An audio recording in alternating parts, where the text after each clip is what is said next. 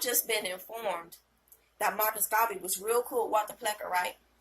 And I researched it, and it turns out this motherfucker was cool with the nigga. They was comforting his wife when he was in prison, y'all. No wonder the nigga was talking about going back to Africa and shit like that.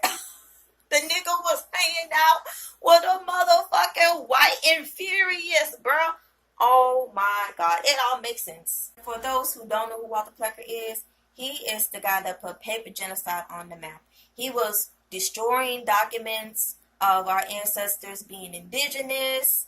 He was threatening midwives not to put Indian on the motherfucking birth certificates. He was reclassifying our ancestors' elders from Indian to black, mulatto, negro, all of that. And y'all look up to a nigga that hanging out with a motherfucker like that. Experiences and extensive travels, businessman Paul Covey felt that blacks in America would have a more suitable living condition in Africa. And when he died in 1817, the American Colonization Society, made up of slave owners and Quakers, took up his quest. But it wouldn't be the first time that white racists supported the idea of blacks going back to Africa. In Virginia during the 1920s, the Anglo-Saxons Club of America, with people like John Powell, Walter A. Plecker, and Ernest Cox, became bedfellows with Marcus Garvey.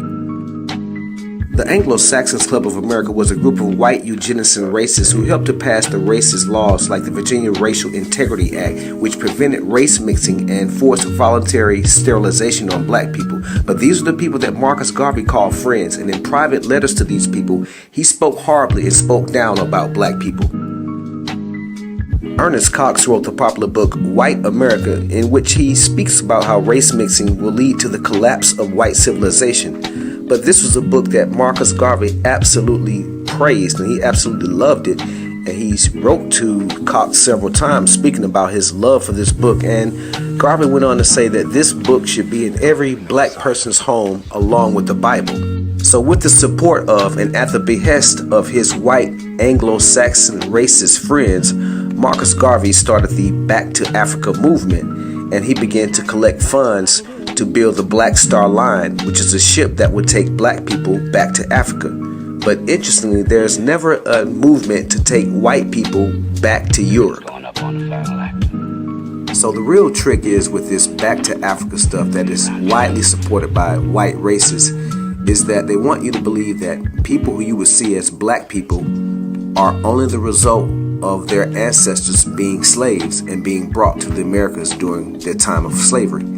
But that is totally not true. If you see these images, you see who the original Americans were. They were people who you would call black people, just like the indigenous people all over the world. So when we look at this trick, we must understand that people you call black people were indigenous to Africa as well as indigenous to America.